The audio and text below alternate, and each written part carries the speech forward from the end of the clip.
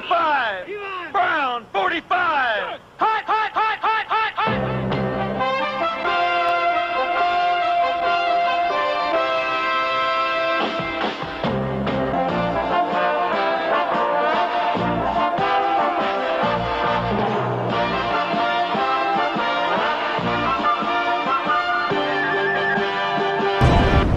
Ladies and gentlemen, welcome back to Ball and Chain, Week 5 of the GFL. Over a third of the way through the season, if my math stands correct there.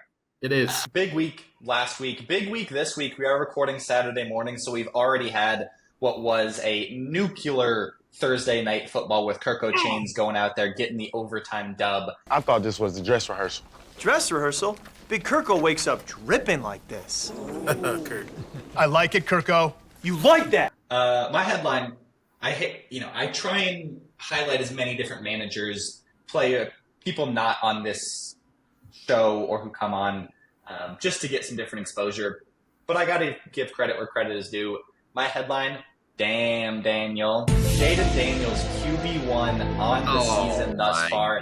82.1% completion percentage, the highest of any quarterback in any season, not just from rookies, any QB through the first 4 games of the season, along with Mike Evans and Brian Robinson, helped the Toe Suckers get the win against the Silly Willies in last week's matchup of the week, bringing the Suckers to 2-2 and keeping them in playoff contention.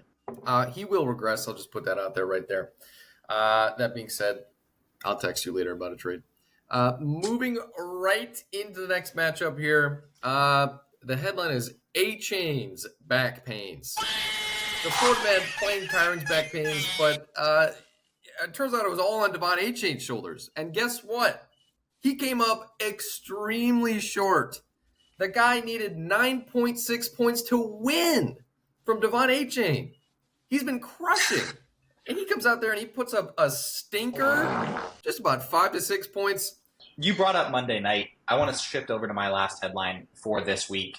Sure. Last week, I should say. Go ahead. We all know and love the 2003 hit movie starring Jamie Lee Curtis and Lindsay Lohan, Freaky Friday, in which single mom and punk rock daughter switch places. Great movie. You had your own version. My Okay. headline, Mashup Monday. Okay. Week 3, you got the dub on Monday night with a 50-piece, beating Silly Willy, and then had that exact same medicine forced down your throat this week as not in Gibbs We Trust, Who Gives a Ship, and Kenneth Walker III and Jahmyr Gibbs combining for 50 points on Monday night to give them the dub over your team 135 to 124.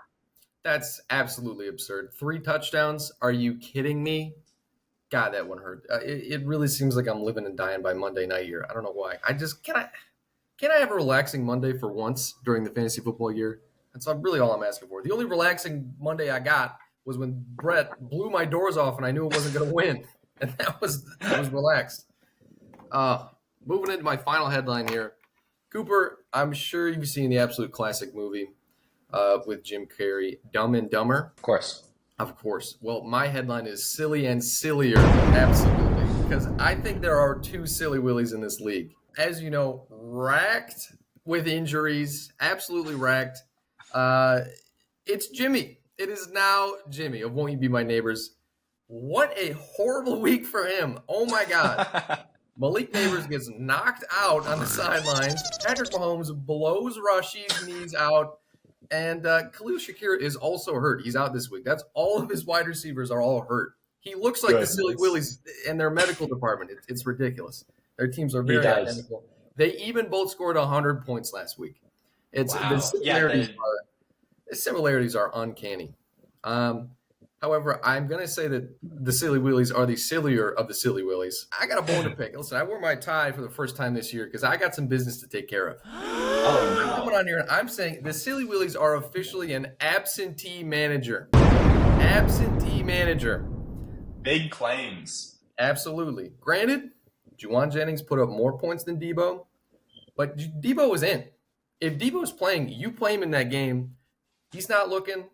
Debo sits on the bench. That's just it's a no-brainer. It ended up working out for him, but, He didn't plan it like that.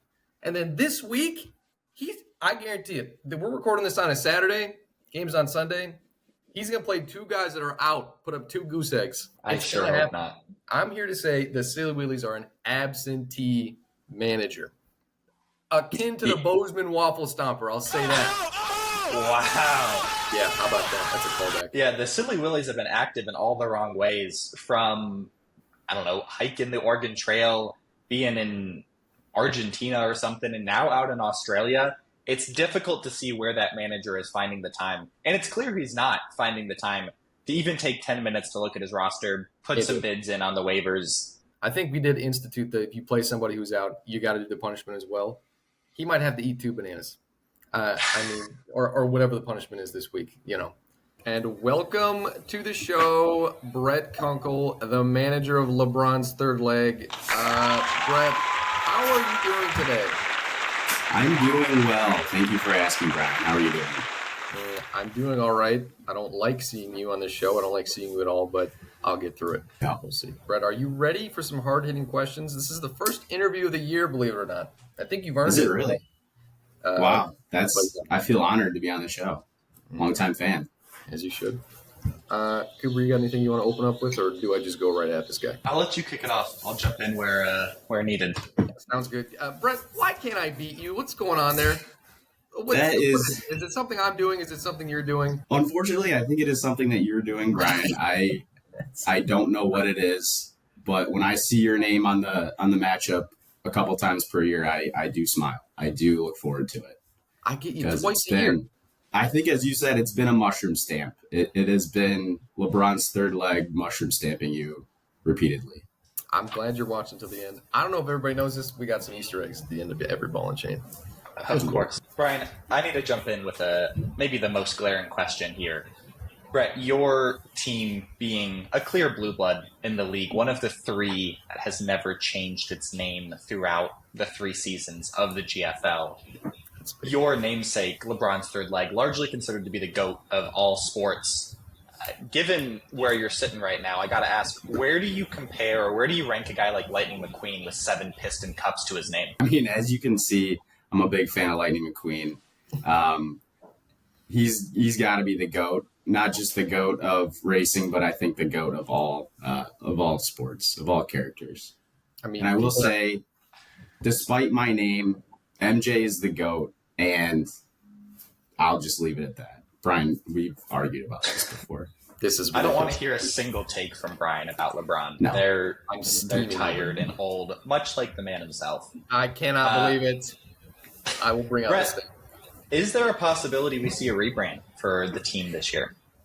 That's funny you ask, Cooper. I've been kicking that around over the last couple of years, but I just can't get myself to rebrand when my team has continued to be so hot. I think if we drop a few games, if the team morale is low, I'd consider it. But at this point, I got to ride it.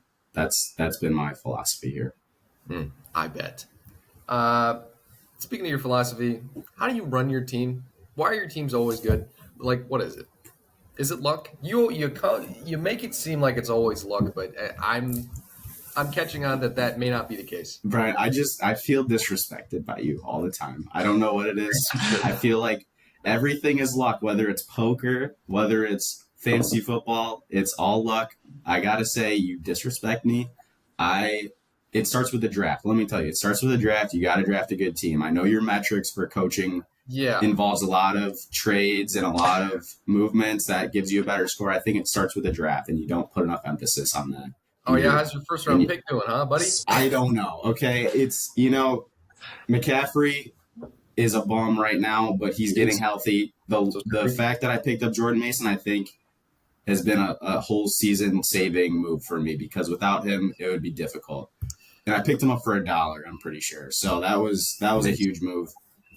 He's been fitting right into CMC's spot. I mean, he's filled in pretty smoothly. So I love to have him on the team. He's really proven to be a good player for me.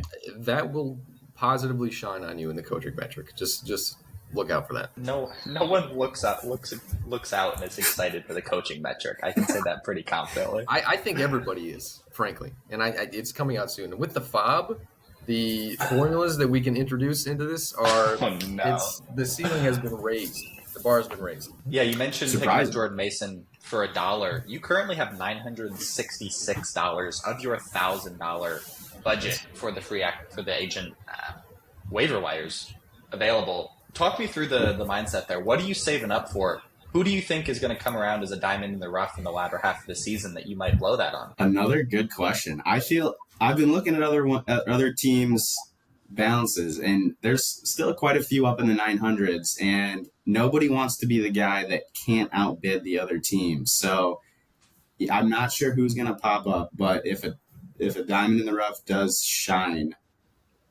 everyone's going to be putting a big chunk on the line here, and I think I'd rather be in a position to have more money than not. So I'm waiting for Fair it. enough. I'm just waiting for the right time. Are you prepared to unload the clip on a guy? Is that what you're saying? That's what I'm saying. Yeah. That's crazy. You know what? That makes a lot of sense for a guy who works with money a lot. Very good at money management. Brett, other than me, obviously, are there any heated rivalries that you're looking forward to? Any matchups that sort of stand out to you? Any managers? Who do you love beating? This Thursday, I've been kind of pissed at Caden. I don't know why. He's just pissing me off. Drake London, What the fuck? Sorry for my language. I'm glad I have Darnell Mooney thrown in there to combat that, but yeah, I don't know. Caden's pissing me off. I'm not sure why. He added me on Snapchat to propose a trade. Never got that trade. So I'm waiting for that, but we'll see if it comes through. Speaking of trades, there's a lot floating around in the rumor sphere right now about Devontae Adams. What have the conversations at LeBron's third leg front office been thus far? Yeah, he's sitting on the bench right now. He got the hamstring injury, which I'm not trying to say is not real, but there's a little bit of turmoil in the locker room. Not sure where his loyalties lie. I think he wants to go to Aaron Rodgers, and I'm not a big Aaron Rodgers fan, so I don't know if I can root for a Devontae Adams on the Jets. So, Cooper, I would like to talk to you a little bit more and respond to your trade proposal and say, yes, I would trade Devontae Adams for Mike Evans if you were still willing to do so. This be an on-air trade? On-air trade? I didn't even know this was being discussed. Oh, my goodness. I'm going to get – my people will be in touch with your people. Make the trade. Okay. Do it right now. Can't happen. Gotta run the analytics. Well, Absolutely. I respect that. Wow, Brett, I Gotta get back in commend the you. lab. I commend the balls for a trade that wouldn't even go through until next week. Wow. Moving on there. Good Lord. Brett, is it true you've never done a punishment during the week? It is true. I have never come in last place, and I am nervous. There's never been, the beer pour was one thing, but there's never been a soup shotgun before. There's never been, honestly, weatherman sounds terrible. I'm always running late to work, so this is like a nightmare for me. We'll see. There's a lot of good punishments out there, and I'm nervous for all of them. I'm glad. I guess there's a couple that aren't super bad. The name change is respectable. It's not fun, but it's definitely something that isn't super painful. And I am wondering, is the toe suckers a permanent change? Is that a season long update? Can't The be. fans are asking the same thing. The Tinglers have always been kind of true to themselves. That being said, wins are wins, and they got a big one last week as the toe suckers. Obviously, we all heard the official statement from the front office last week. I wouldn't be surprised if we see some sort of combination of the two going through for the rest of the season. The Teton Toglers is probably the front-running name right now for the rest of the season. A horrible abomination of a Frankenstein of a name. It's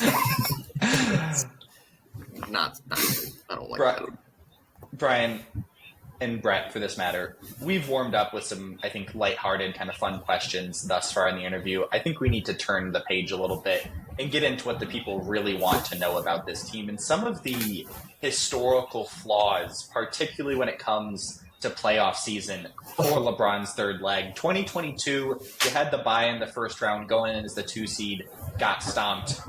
I hate to bring up last year in the big dance, dropping 77 points against the Tinglers to kind of be embarrassed at the end of the second season. First question, was that loss at the end of last season due to your players or due to the coaching?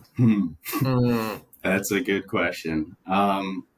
I gotta say it has to be the coaching. I'm not trying to throw anyone under the bus.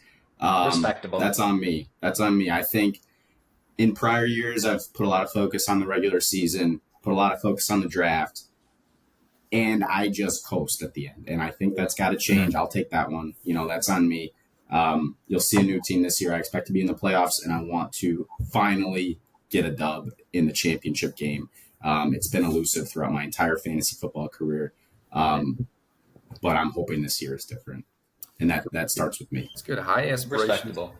Brett, I do hope you join us in the championship circle, but there is another manager out there who is 4-0, and I would say is maybe the Vegas current odds favorite to win the title. That's the Goobers. 93% chance to make the playoffs currently, compared to the second highest, I want to say, is in the mid-60s. Mm-hmm.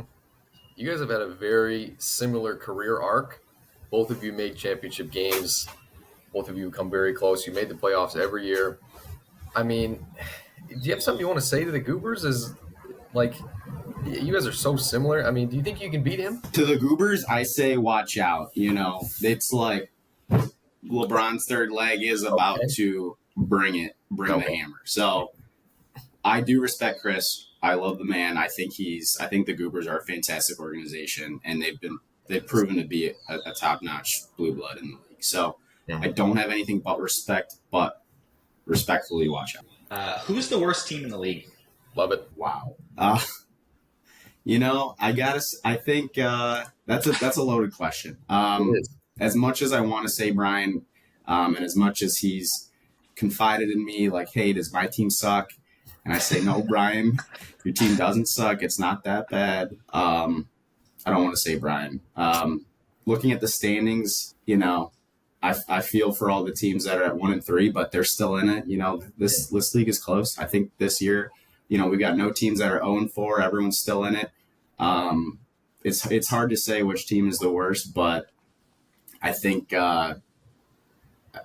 I don't know. I think the I don't want to throw another name out, but the Marvel Dons. I heard something about somebody out there.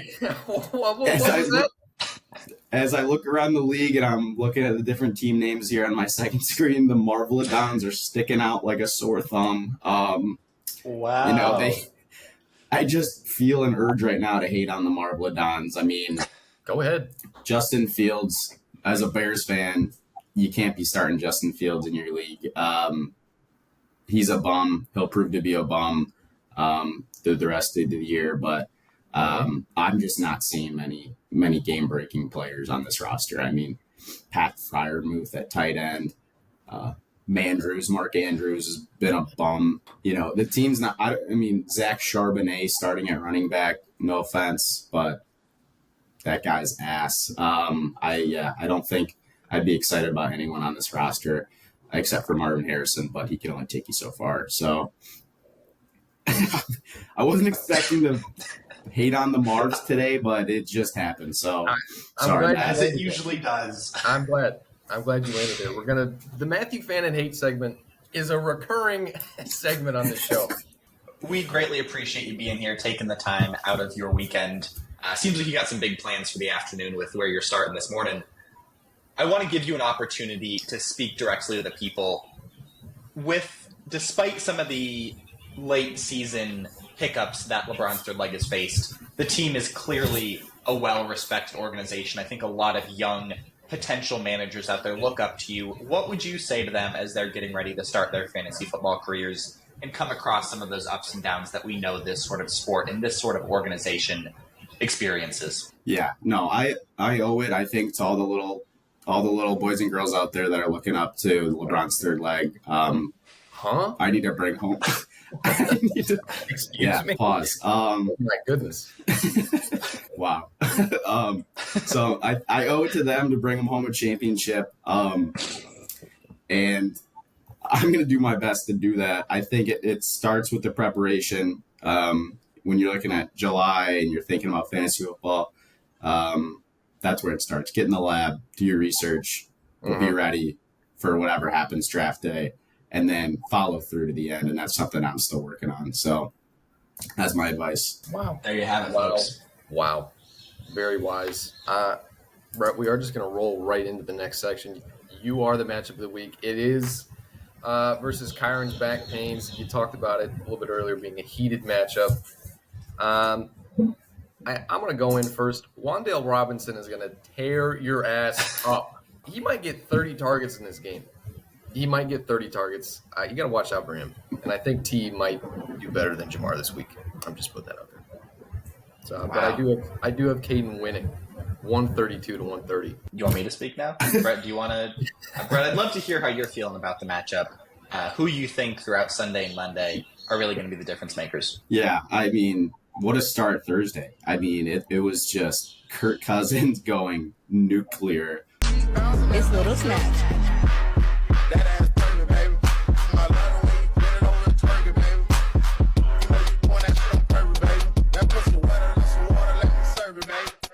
Kyler Murray, I think he might rush for a couple touchdowns this week. I think he's due. He hasn't shown that really too much this year, but this week might be the week, and I think that's what's going to put me over the edge and come out with the dub. Love the confidence. Tucker Kraft in your tight end spot, obviously trending up in the general fantasy world as a whole. At that, I think this comes down to Kyron versus Josh Jacobs. Whichever of those two players scores more points, I think that team gets the dub. In this case, I think Josh Jacobs can make it happen. I'm going with Braun's third leg. See, everybody Love thinks to hear that. that. You know, Josh Jacobs hasn't scored over 13 points in any game this year. I'm just Right. putting it out there. Brett, I'll You've be in sent your me 4 different trades for Josh Jacobs in the last 2 weeks. and I'm going to send you a few more. So just stay posted. You want to get on this Devontae Adams, Mike Evans, make this a little triangular trade? Sure. Does anybody want Jamison Williams? All right, we're done. Well, there you have it, folks. Absolutely. LeBron's third leg. Thanks for joining us. Thanks for having me. I appreciate the hospitality. Great to be on the show. That's what we do. Good luck with the rest of the season, but not Thank against you. me. Okay. Goodbye. Goodbye.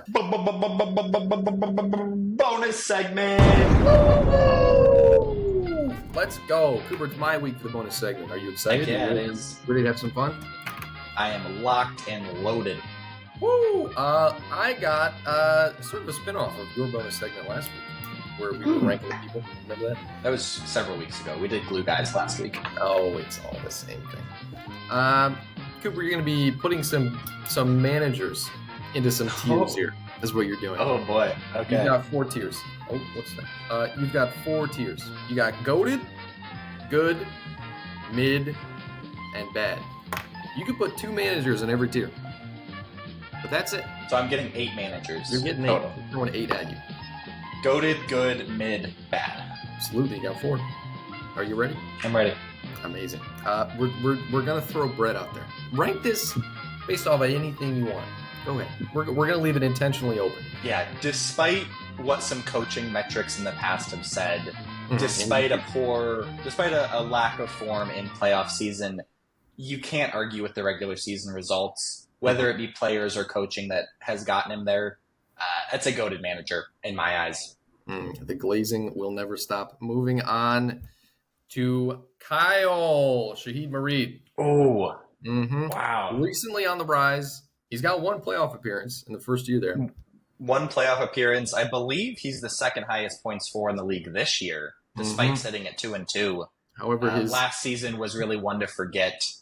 his track record is not the best, but it's an interesting rank here. It is. Despite the success we've seen this year, he's had some of the most memorable blunders throughout the past couple of seasons. He has.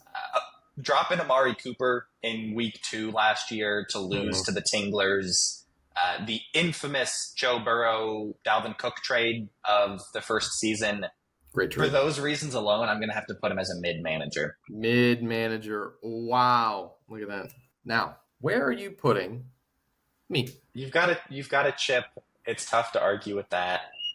Yeah, there it is. Of course. I think comparing you to a guy like LeBron's third leg, whom you've obviously never beaten, to put you in the same tier as him would be a disservice to that team. Put you on a pedestal that I don't think you've deserved. And the difference there, really the difference there in my eyes is efficiency.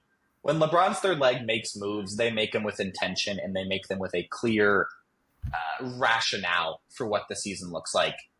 You, on the other hand, have your hand in way too many cookie jars, I feel. Always trying to make trades, some of which work out great. You fleeced Matt earlier this season, getting Saquon off his team. Mhm. But I'm gonna have to put you as a good manager. You can't complain about that too much.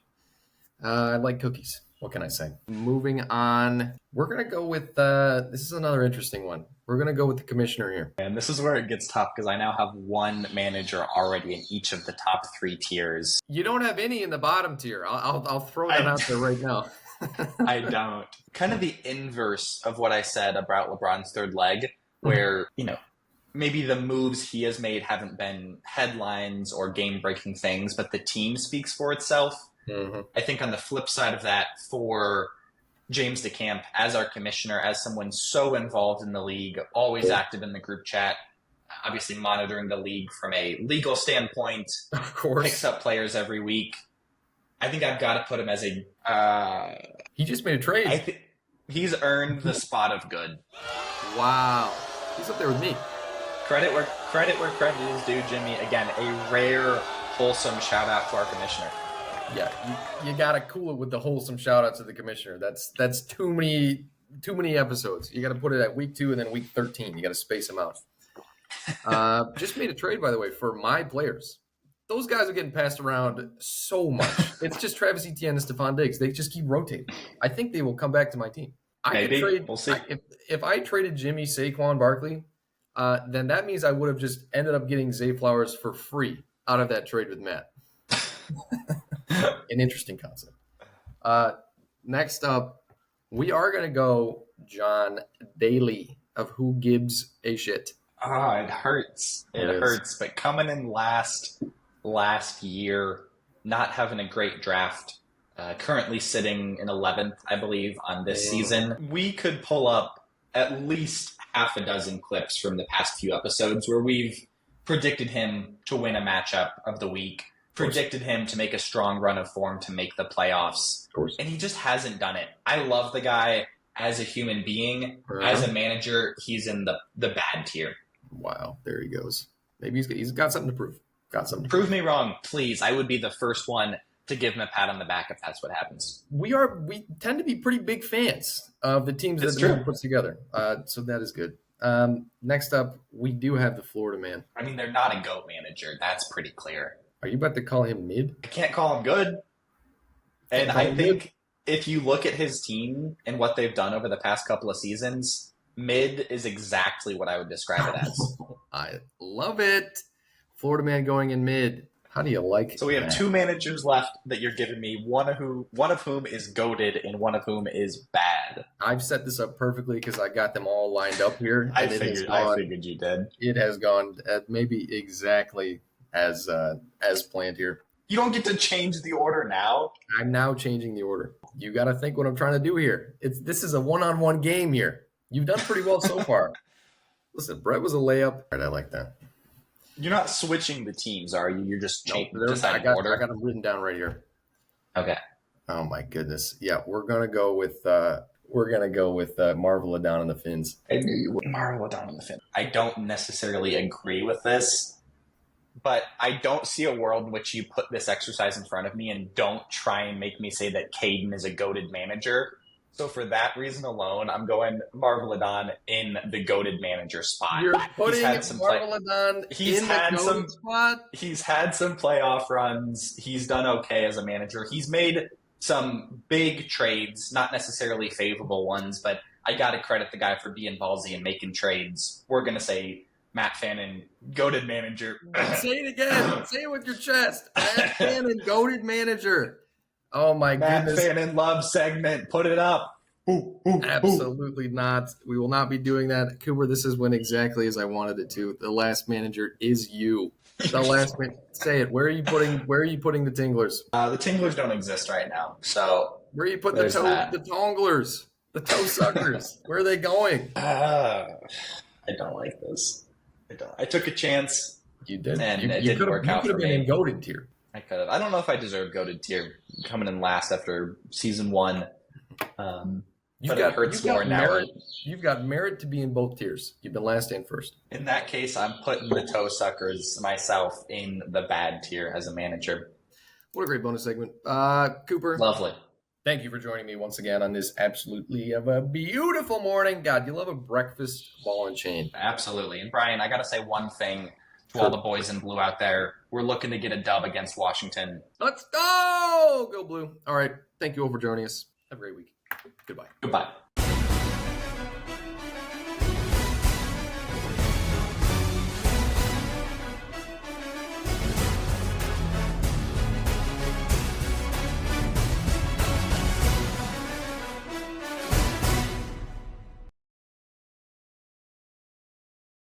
She'll be for y'all, I'll be dead. Whole lot of hoes, whole lot of men.